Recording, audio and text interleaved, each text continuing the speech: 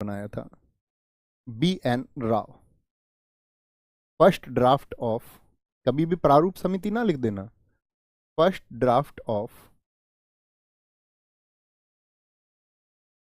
Constitution किसने बनाया? BN Rao साहब ने बनाया। क्योंकि BN राव, इनके पास कौन सा पद था बताएं जरा, कौन सा पद था? तो आप कहेंगे भैया ये एडवाइजर ऑफ कॉन्स्टिट्यूएंट असेंबली थे, संविधान सभा के सलाहकार थे। तो इन्होंने क्या काम किया कि इन्होंने अपने साथ एक टीम लगा करके 60 कंट्रीज के जो संविधान है, 60 देशों के संविधान का अध्ययन किया, 60 देशों के संविधान को अध्ययन किया। अब आप कहेंगे भैया संविधान तो बहुत बड़े होते होंगे कि बहुत दिन में पढ़े गए होंगे, मतलब विद टीम। अब जैसे अमेरिका का संविधान है, उसमें कितने अनुच्छेद हैं जरा बताएं मुझे। आप सब कहेंगे अमेरिका का संविधान ऐसा संविधान है कि भैया आपका कि उसको आप आधे घंटे में पढ़ सकते हैं, सिर्फ आधे घंटे में, और विद हेल्प ऑफ टीम आप पढ़ेंगे तो आप 10 मिनट में पढ़ सकते हैं उसको। तो बहुत देशों के संविधान, क्योंकि भारत का संविधान ही सबसे बड़ा है, उसी में मैंने आपको बताए थे 1,17,369 शब्द हैं। तो बाकी संविधान तो उससे छोटे ही हैं सारे। सभी दोस्तों ने बताया कि 7 अनुच्छेद उसमें हैं। तो इन्होंने जब 60 देशों के संविधान का अध्ययन किया, और 60 देशों के संविधान का अध्ययन करके इन्होंने एक रिपोर्ट बनाई, एक मसौदा इन्होंने बनाया, ठीक है। एक मसौदा जब इन्होंने तैयार किया तो उस मसौदे में क्या था, आपका 243 आर्टिकल थे, यानी 243 अनुच्छेद थे, और साथ में आपका 13 अनुसूचियां थी। अनुसूची बोले तो शेड्यूल्स। अभी हम आगे चल के बात करेंगे अनुसूचियों में क्यों बांटा जाता है। 13 शेड्यूल्स। तो क्या, मुझे एक बात बताओ, तो ये जो पहला प्रारूप इन्होंने बनाया, क्या इसको एक्सेप्ट किया गया था या प्रारूप समिति वाले को एक्सेप्ट किया गया? तो आप बोलेंगे इसको एक्सेप्ट नहीं किया गया था। यानी पहला प्रयास जो किया वो BN राव साहब ने किया, लेकिन उसको एक्सेप्ट नहीं किया गया था।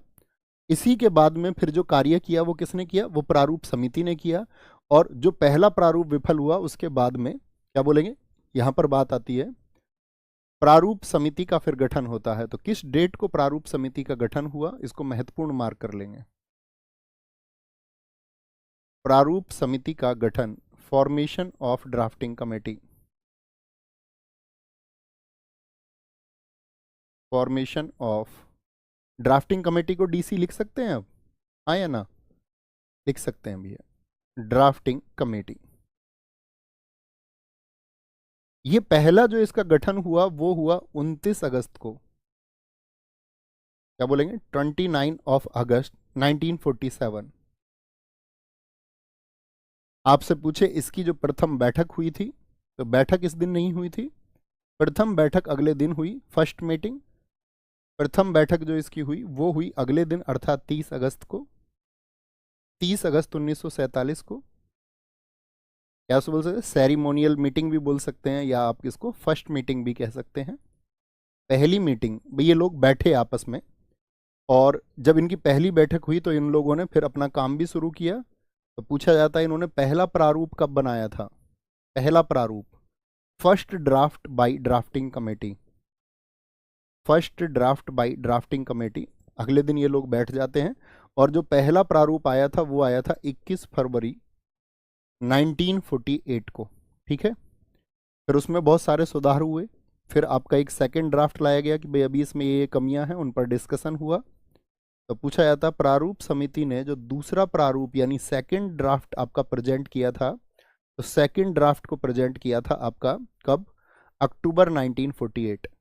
और इसी बीच में यहां से यहां तक जो इनकी बैठक हुई थी वो हुई थी टोटल 141 मीटिंग्स। पूछा जाता है प्रारूप समिति की कुल बैठक कितनी हुई थी? 141 बैठक इनकी हुई, दूसरा प्रारूप यहां पर आया, लेकिन अभी भी बहुत सारी, क्या बोलेंगे, बहुत सारी खमियां या कमियां इसमें थी। तो उन खामियों को दूर किया गया लास्ट ड्राफ्ट में। फाइनल एक ड्राफ्ट आया, ड्राफ्ट का मतलब समझ गया ना, रिपोर्ट आई। तो जो अंतिम प्रारूप आया वो किस डेट को आया था? अंतिम प्रारूप, अंतिम प्रारूप बहुत महत्वपूर्ण है। अंतिम प्रारूप आया था आपका 4 नवंबर 1948 को। मुझे इसकी डेट अभी क्लियर नहीं है थोड़ा, सेकंड ड्राफ्ट की, ठीक है, क्योंकि इसके बारे में एक चिन्हित डेट का मतलब जिक्र नहीं आता है। तो ये 4 नवंबर 1948 बड़ा महत्वपूर्ण है कि फाइनल ड्राफ्ट कब आया। तो फाइनल ड्राफ्ट के बाद भी भैया क्या इसमें कोई अमेंडमेंट नहीं किया गया? तो जो फाइनल ड्राफ्ट आया बहुत सारे लोगों ने उस पर भी प्रश्न चिन्ह लगाए कि यहाँ भी संशोधनों की जरूरत है। और लगभग जो सुझाव आए, जो सजेशंस के लिए इसको छोड़ा गया कि भाई सब लोग इस पर अपना सुझाव दें कि सब इससे बात से एग्री हैं या नहीं, या अभी भी इसमें किसी सुधार की जरूरत है। तो कहते हैं कि यहाँ पर 7,000 से ज़्यादा सजेशंस आए, यानी 7,000 से ज़्यादा सुझाव आए कि इस बिंदु पर इस तरह के एक सुधार की आवश्यकता है, एक अमेंडमेंट की जरूरत है। लेकिन पूछा जाता है प्रारूप समिति में कितने संशोधन किए गए थे प्रारूप समिति द्वारा? तो यहां पर जो संशोधन किए गए थे, याद रख लेना, क्या बोलेंगे आपका, जब ये आपका अंतिम प्रारूप आ गया इसके बाद में जो संशोधन किए गए वो 2473 संशोधन किए गए। कितने संशोधन किए गए थे? 2473 अमेंडमेंट्स यहां पर किए गए और भारत का संविधान तैयार हो गया। कितने संशोधनों के बाद? अंतिम प्रारूप आने के बाद भी। आप समझते हैं, मतलब हर बिंदु पर गौर दिया गया कि भाई कितने की जरूरत है। और इसके बाद में आपका इन संशोधनों के बाद में जो डेट आई वो थी 17 अक्टूबर 1949। कितने दोस्त बता सकते हैं इस तिथि या इस डेट का भारत के संविधान में क्या महत्व है? क्या महत्व है? आपको मैंने एक बात बताई थी कि जब भारत का संविधान 26 नवंबर 1949 को बन गया था तो वो आंशिक रूप से लागू हुआ था। आंशिक रूप से जब लागू हुआ था तो कितने अनुच्छेद लागू हुए थे? आप कहेंगे भैया तब आपका 16 अनुच्छेद लागू हुए थे। पूर्णतः तो 26 जनवरी 1950 को कंप्लीटली आपका इंप्लीमेंट कब हुआ था? 26 जनवरी 1950 को, ठीक है। लेकिन जब वो 16 लागू हुए थे उनमें एक अनुच्छेद बड़ा विशेष है, अनुच्छेद 393। और अनुच्छेद 393 इसी डेट से रिलेट करता है, याद रख लेना। 17 अक्टूबर 1949 को ये कहा गया कि ये जो संविधान अब बन चुका है इसको बोलेंगे हम भारत का संविधान। मैं आपसे पूछूं भारत के संविधान का नाम क्या है, तो आप कहना भारत का संविधान। यानी हमारे संविधान का जो नाम है उसको हम बोलते हैं आपका क्या? The constitution of India. आपसे कभी भी पूछ लूंगा इस बात को कि भारत के संविधान का क्या नाम है, तो आप कहेंगे द कॉन्स्टिट्यूशन ऑफ इंडिया। और ये बात हमने कब इस बात को हमने लागू कर दिया? 17 अक्टूबर 1949 को। और कभी भी आप भारतीय संविधान का आर्टिकल 393 पढ़ेंगे तो आर्टिकल यानी अनुच्छेद 393 क्या कहता है? अनुच्छेद 393 कहता है कि भारत का संविधान इसी नाम से जाना जाएगा। समझ रहे? तो हमारे संविधान का नाम, भारत का संविधान किस दिन एक्सेप्ट किया गया था? क्योंकि आप संविधान पढ़ रहे हैं तो इसका नाम किस दिन एक्सेप्ट हुआ था? तो आप बोलेंगे 17 अक्टूबर 1949 को एक्सेप्ट हुआ था। बाबा साहब के साथ में ये 6 लोग थे जो काम कर रहे थे। 29 अगस्त को क्या हुआ था? आपका प्रारूप समिति का गठन हुआ। 30 अगस्त उनकी पहली बैठक हुई और अंतिम प्रारूप तक उनकी जो बैठक हुई वो टोटल 141 मीटिंग्स हुई थी। ठीक है, याद रखेंगे इस बात को, बड़ी महत्वपूर्ण बात है। अगली बात आती है बाबा साहेब भीमराव अंबेडकर से। देखो अभी हम इनको आपका ऐतिहासिक रूप से नहीं पढ़ेंगे, इनका क्या योगदान था। बाबा साहेब भीमराव अंबेडकर,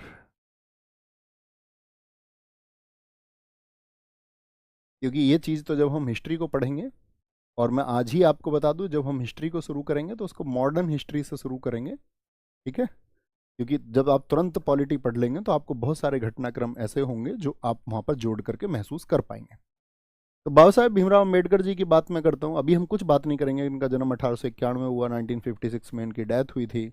या अगर मैं बात करूँ कि ये संविधान से, अभी मुख्य बात पर आते हैं कि ये जो भारत का संविधान बना था उससे खुश थे या ना खुश थे, या इनकी बहुत सारी चीज़ों पर जो इनकी चाहते थी उन पर आपका इनकी नाराजगी थी। तो आप जानते ही हैं कि भाई ये कि अब स्टेटमेंट आता, बाबा साहब ने ये कह दिया था कि भाई इसमें जो है, उनका एक स्टेटमेंट बड़ा फेमस था कि भाई आप किसी मंदिर में, जो किसी मंदिर की स्थापना की जाती है तो वो भगवान जी के लिए की जाती है, और उसमें अगर भगवान का ही वास ना हो तब उसका क्या महत्व है। यानी वो कहना चाह रहे थे कि इस संविधान में जिन मूल्यों पर हमें, या जिन चीज़ों पर हमें, या जिस विशेष वर्गों का हमें ध्यान रखना था उनका हमने उतना ध्यान नहीं रखा जितना रखा जाना चाहिए था। तो वो बहुत सारे अमेंडमेंट्स को लेकर के नाखुश थे। यहाँ पर पूछा जाता है बाबा साहेब का किस सीट से चुनाव हुआ था, ये बड़ी इंपॉर्टेंट बात है, याद रख लेना। बाबा साहेब भीमराव अंबेडकर, पहला पॉइंट लिखेंगे यहाँ पर, ये वेस्ट बंगाल, कहाँ से? वेस्ट बंगाल से चुने गए थे। भैया कहाँ के लिए चुने गए? मतलब संविधान सभा के लिए चुनाव हुए थे, आप जानते हैं हाँ या ना? तो आप जानेंगे कॉन्स्टिट्यूएंट असेंबली के लिए, संविधान सभा के लिए कहाँ से चुने गए थे? वेस्ट बंगाल से। और वेस्ट बंगाल में जब जहाँ से ये चुने गए तो वहाँ पे कौन थे? जोगेंद्रनाथ मंडल थे। जोगेंद्रनाथ मंडल ने अपनी सीट खाली की थी, जोगेंद्रनाथ मंडल की जगह उन्होंने अपनी सीट खाली कर दी थी, क्योंकि वो ये विशेष रूप से चाहते थे कि भी बाबा साहब जो हैं वो संविधान सभा का एक हिस्सा बने। लेकिन आप सबको पता होगा कि भाई जब मैं बात कर रहा हूँ संविधान जो प्रारूप समिति है उसका गठन कब हुआ है, तो आप कहेंगे उसका गठन आज़ादी से पहले हुआ है कि बाद में हुआ है? थोड़ा सा लॉजिक लगाइए, तो आप कहेंगे 29 अगस्त 1947, यानी कि भारत इस समय तक आज़ाद हो चुका है। और भारत जिस समय पर आज़ाद हो चुका है, यानी कि प्रारूप समिति का जो गठन हुआ वो भारत की आज़ादी के बाद में हुआ है। और भारत की आज़ादी के बाद में हुआ है तो आप सब लोगों को पता होना चाहिए, जब आपका 15 अगस्त 1947 को बात की गई थी, दो डोमिनियन होंगे, तो उन दो डोमिनियन में कौन सी बात कर दी गई थी? तो एक तो भारत और एक पाकिस्तान, तो या एक पाकिस्तान तो इधर था और एक पाकिस्तान किधर था? इधर था। इसको हम बोलते थे पूर्वी पाकिस्तान, ईस्ट पाकिस्तान। पाकिस्तान कितनी तरफ फैला हुआ था बताएंगे? देश एक ही था लेकिन फैला हुआ था कहाँ पर था? इधर था आपका पश्चिम पाकिस्तान, वेस्ट पाकिस्तान। कितनी तरफ फैला हुआ था? दो तरफ पाकिस्तान फैला हुआ था। आप सबको पता होना चाहिए 1971 में ये जो पूर्वी पाकिस्तान है ये क्या हो गया था? 1971 में, इसका भी हम जिक्र करेंगे, ठीक है? हम जब भारत के इतिहास को पढ़ेंगे तो उसको हम आपका लगभग 1999 के कारगिल तक हम उसको पढ़ेंगे, ओके? तो 1971 में जब ये आपका यहाँ पर साथी, आप जानते हैं इंदिरा गांधी जी देश की प्रधानमंत्री थी, और इसी पूर्वी पाकिस्तान को हमने यहाँ पर अलग करा दिया, क्योंकि यहाँ पे संघर्ष था। यहाँ पे उर्दू भाषा वाले लोग थे और यहाँ पर जो है बांग्ला भाषा वाले लोग थे। तो यहाँ पर इनके बीच में एक भाषाई जो विवाद था, ठीक है? और भाषाई विवाद में यहाँ के जो आपका बंगाल के फादर कौन है? शेख मुजब्बिर उर रहमान। तो उन्होंने यहाँ पर आंदोलन चलाया, जिनको हम आपका बंगाल के पिता कहते हैं। तो 1971 में ये क्या बन गया? कहने की बात है ये बांग्लादेश। उन सब चीज़ों को हम हिस्ट्री में पढ़ेंगे, वो इतिहास का ही विषय है। ये आज बांग्लादेश का मैप है, आप देख पा रहे हैं, ये भारत है अपना और भारत में इधर आपका ये क्या है? बांग्लादेश है। तो ये आप यहाँ ध्यान से देखोगे तो यहाँ पर खुलना है और जैसोर है। तो खुलना और जैसोर ये दो जगह थी आपका जहां से बाबा साहब भीमराव अंबेडकर संविधान सभा के लिए चुने गए थे। लेकिन क्या आजादी के बाद में ये वाला हिस्सा भारत का रहा? तो संविधान सभा में के तो चुनाव पहले ही हो गए थे, तो बाबा साहब इस सीट से चुन लिए गए थे। लेकिन 1947 में क्या हुआ? तो बाबा साहब संविधान सभा का हिस्सा तो अब नहीं रह जाएंगे, क्योंकि ये वाला क्षेत्र तो चला गया पाकिस्तान के पास में। या तो वो पाकिस्तान की संविधान सभा में जाएं फिर, या फिर यहां से क्या बोलेंगे, उनका जो सीट है वो खाली हो गया, वैकेंट हो गया। तो अब स्थिति ये आई कि भाई सबने बोला कि बाबा साहब तो अब संविधान सभा में रह ही नहीं पाएंगे। तो यहाँ पर अब तक जो कांग्रेस में, जैसे वल्लभ, बस कहते हैं शुरुआती दौर में जो सरदार वल्लभ भाई पटेल थे वो बहुत ज़्यादा इच्छुक नहीं थे कि बाबा साहब भीमराव अंबेडकर संविधान सभा में रहें। लेकिन जब उन्होंने उनकी कार्यशैली देखी, जब उन्होंने देखा उनका जो ग्रेट वर्क है, जो उनका बोलते कि उनका जो डिसीजन पावर था, उन्होंने देखा, तो उन्होंने कहा कि बाबा साहब भीमराव अंबेडकर भी संविधान सभा में होने चाहिए। तो उन्होंने कहा कि भाई कोई एक जगह खाली करनी होगी। तो इसके बाद में क्या हुआ था, जब ये सदस्य नहीं रहे तो ये जगह खाली की गई। कहाँ से? याद रख लेना, बाद में। और बाद में वर्ड का यूज क्यों कर रहे हैं ये जान गए ना? बाद में क्या बोलेंगे? बाद में बंबई की पूना सीट से चुने गए। बंबई की पूना सीट से, किस सीट से चुने गए थे? बाद में क्यों बोल रहे हैं? क्योंकि भारत का विभाजन हो गया था। पूना सीट से चुने गए, elected from Poona seat of Bombay. तो भैया यहाँ पर पहले भी कोई रहा होगा ना, अगर पूना सीट थी तो संविधान सभा के लिए चुनाव हुए थे। हाँ, यहाँ पर जो इस बार त्याग दिया, यहाँ पर याद रख लेना, जो आपका यहाँ पर जो सीट छोड़ दी थी, जो त्याग पत्र दे दिया था, वो थे M.R. जैकर। M.R. जैकर, ये नाम याद रखना है, M.R. जैकर, ठीक है? मुकुंद राव आनंद राव जैकर। और ये भारत के उन चुनिंदा लोगों में से एक है जिन्होंने तीनों गोलमेज सम्मेलन में भाग लिया है। जैसे एम आर जयकर हम बात करेंगे आपसे, तेज प्रताप सप्रू हुए,